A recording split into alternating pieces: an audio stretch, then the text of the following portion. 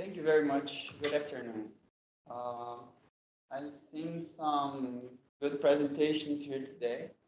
Uh, I'm called André Furtado. I'm on my first year of doctorate. I expect not to bother you, not to bore you so much with my presentation. Uh, well, let me start saying that integrated biomethanol production. The title is a little bit tricky, so you would you would mind about that. So there you go, Techno-Economie Evaluation, our partner institution, and together with me, are Anna and the other authors. Okay. The motivation for this job is fossil fuel area is reaching its end, and then we have oil shortages that we open that we open space for new technologies. And the name of the Congress is Biorefinery and New Energies, New Technologies. So again, the motivation for this work is new technologies. We need to fill in this void. The need to be more efficient comes again as a motivation because with residues from industry, which are available and relatively inexpensive, there comes the opportunity to make profit and to give an adequate destination to these residues. And finally, the need to reduce greenhouse gases together with new policies, which will eventually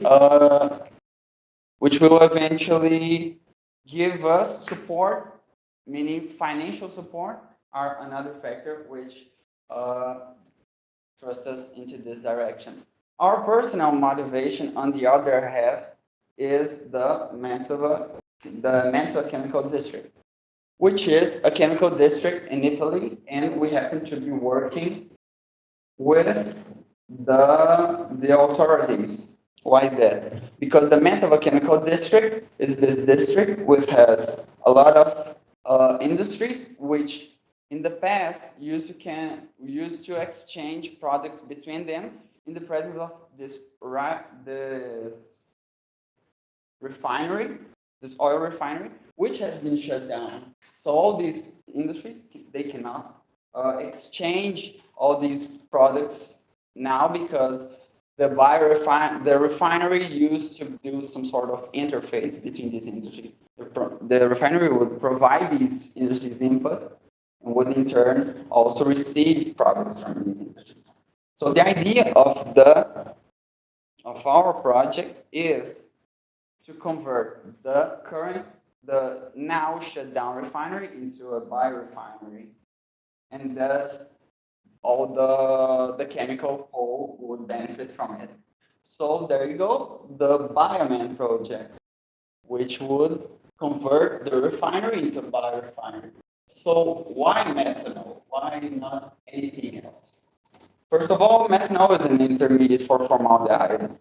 And second of all, this complex used to consume 150 kilotons of methanol to produce formaldehyde. So there you go, methanol. But is it the best choice?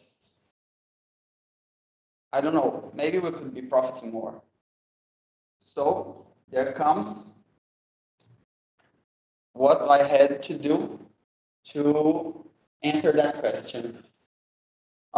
Especially after seeing Professor Antonio's presentation, I was a little bit embarrassed of this thing I did, but for a couple of reasons. One of them was because he said superstructure, and this word I had been using, and I thought I had invented it, more or less like that. But the main point I'm trying to make here is that that's what it's about. It's what the biorefinery could be. It encompasses C4, C5 sugars separation. It also encompasses the thermal conversion pathways, which are pyrolysis, gasification. And then at the end, we have the possible combination of all of these technologies together. The plus and minus signs are these decisional gates, which, mixer splitter, decisional mixer splitters, which means you either choose to go from one path or you either choose to get input from the previous path. Obviously, this is also pointing towards an optimization scheme. And there you go, biomethanol production. Now, biomethanol production, why superstructure? So the superstructure is necessary. Why the superstructure? To answer that and to answer the question. The superstructure provides the means of comparing different routes. So we know that it's better to do methanol or maybe it's not. Why the integrated biomethanol production? It's integrated because the important word is not biomethanol production. That was the tricky part. I put a methanol molecule there on the front cover of the presentation, but the idea here is integrated. We have to be sure that what we are producing is the best, and the superstructure is behind of it. The second most important word in this, which is not in there obviously, is biochar.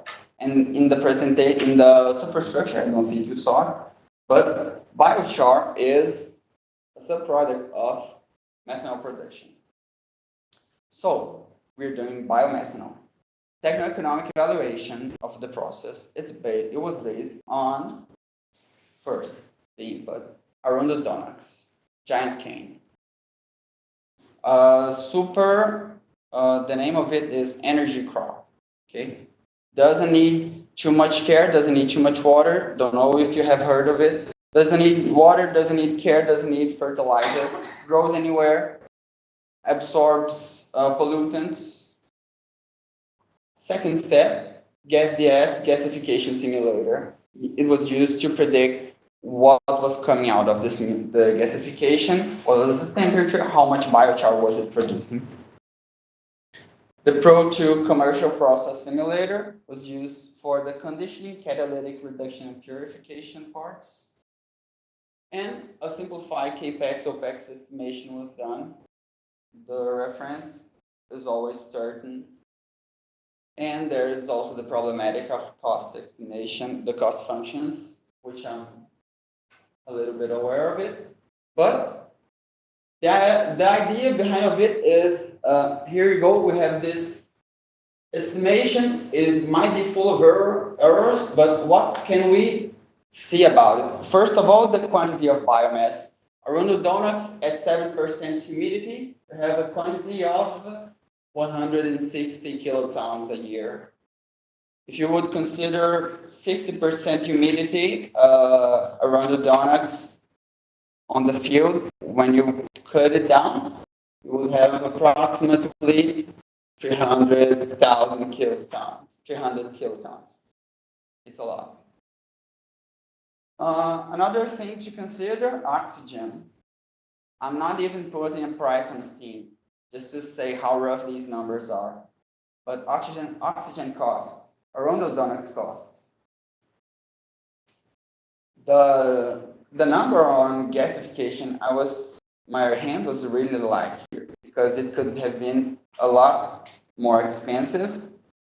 And what I'm trying to say is that at the end we come up with a positive number. Is it absurd? Now, first of all, I would like to bring your attention to this. That's the price of biochar, which is even higher than that of methanol. Is this correct? Well, I don't know. I could think it's possible. Why? Because Biochar, it's mainly sold for people who are interested in gardening. Methanol is sold in bulk for big companies. When you sell in small quantities, I think you sell it for a higher price than when you sell it in bigger quantities. So it's possible. This figure was actually taken out from a survey, and it was actually the minimum boundary. When biochar prices in Europe could go as high as, if I'm not mistaken, $3,400 a ton. Which gives us the idea that biochar is actually contributing significantly to this process. At the end, I would like also to add that this calculation was based on a 5-year period, which is not much. It could have been more. Then again, biomass input is too high. What I would like to conclude with this small work. A biorefinery superstructure was proposed. The superstructure allows choosing the best configuration, even though at this moment the only described route is biomethanol. Biomethanol production is economically viable, but not technically, because there is not enough input. But residual valorization is possible. That I'm very positive. If you have biomass, which is laying there, instead of burning it, I don't extracting its polyphenols, I don't making syngas, I don't making anaerobic digestion. For future works, I would like to do everything that Ms. Professor Antonio has done. So that would be describing the other branches of the superstructure and using it for optimization techniques. Another idea would be refining the description. You could always go further into the details. And finally, energy integration. That is also an important thing to do.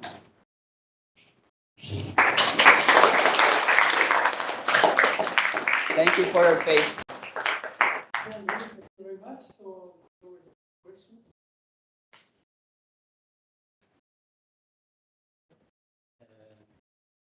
You have a very applied case. So you have a region, you know where you want your gasifier. How about the availability of this kind of biomass in this region? Are you considering importation or is it locally produced? Arundo Donuts was the case, the model biomass we used, mainly because it was more characterized. So the idea was to get a figure as exact as possible. And then as we acquire further information on availability of biomass, we could proceed even with information on seasonality. That's a little bit the plan right now, but there are a lot of things to look into, so that's going together with everything else. Yes, but we already have, for example, information on how many wine producers there are in that region, how many tons per year they can give us, they would be able to donate for the biorefinery.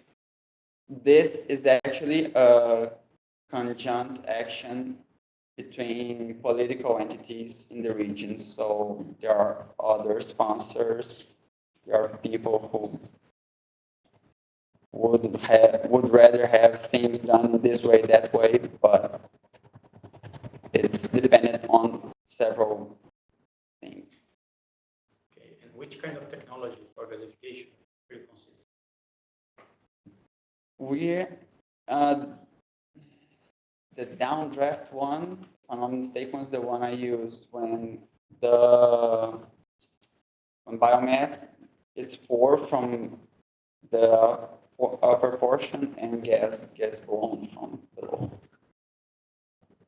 But this is actually one detail we haven't thought it through. It might be more convenient, maybe done in some other way. It has all to do with the integration of the processes. Some gasification processes tend to produce more tar, some others don't. Some produce more. Yeah, so that's some other thing to look into. If you are producing too much tar, then you have to consider cleaning, which is crucial if you want to do methanol, Fischer-Tropsch synthesis. That is still yet to be described.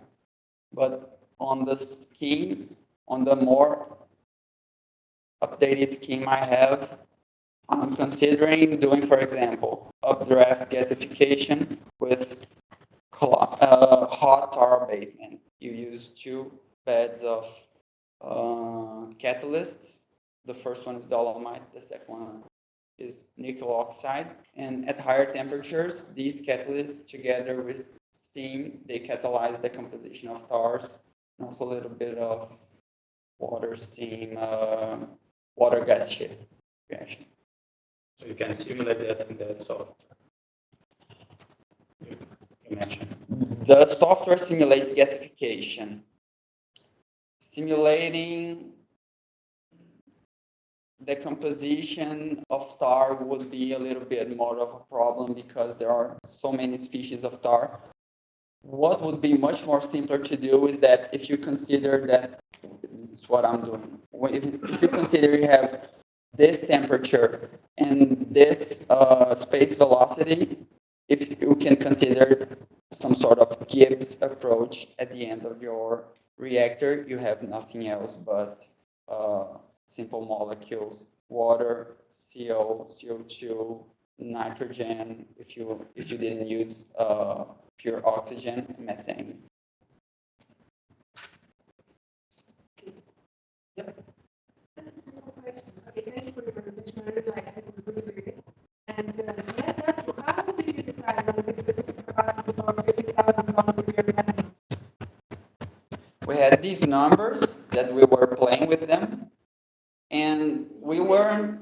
For the input of the biomass? No, for the output. We had some questions, which were how much biomass would it take to produce 50 kilotons of methanol? And if it's not that much, maybe we could go even higher. But producing 50 kilotons of methanol requires already too much biomass. So we didn't go further. This number was based on the fact that they use 150 kilotons. So if we could provide at least a little bit of that amount, that would be at least something to start thinking about producing methanol. Yeah. If you can produce 1%, then maybe it's not even worth thinking about it.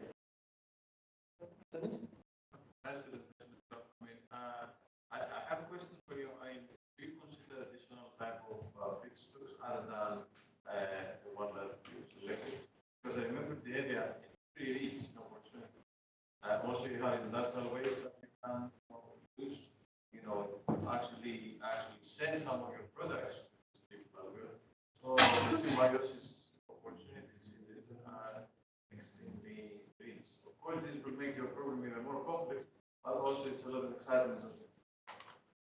Yes, I was saying before that in this region, there are several wine producers and other entities which have some sort of biomass residues. And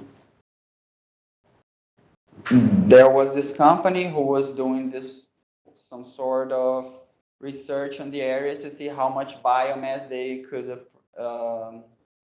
could get from these local producers.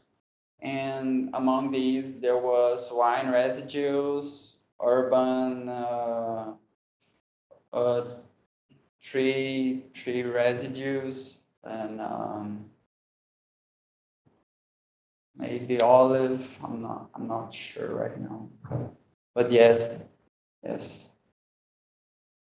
The reason we chose arundodonus, it was just that there was also the idea of vinculating the fact that arundodonus is this plant species which has got the property of cleaning polluted land. And since Mantova had the biorefinery shut down also for political reasons, because it was a severe ambiental problem there, if the biorefinery could be open together with the idea that plants were helping heal the soil, recover the river, this would be approved by everybody else. Support would be something which would go forward. But further to the feedstocks, you also have some industries which are more or less phasing out operations. You have power plant, you have chemical industry, you have all of this that you are about to phase out and replace intention. So it looks like also retrofitting problem. I mean, in the sense that you have some pieces of equipment that can use from the old operation. Right. That was something that would be added once because as I said, we were making a simple CAPEX OPEX evaluation. If we were to do this retrofit, the idea would be that of setting the cost to that particular equipment to zero, but then we would have to use it, and then you do your flow sheet with that specifications and see what comes out. Okay, so thank you very much.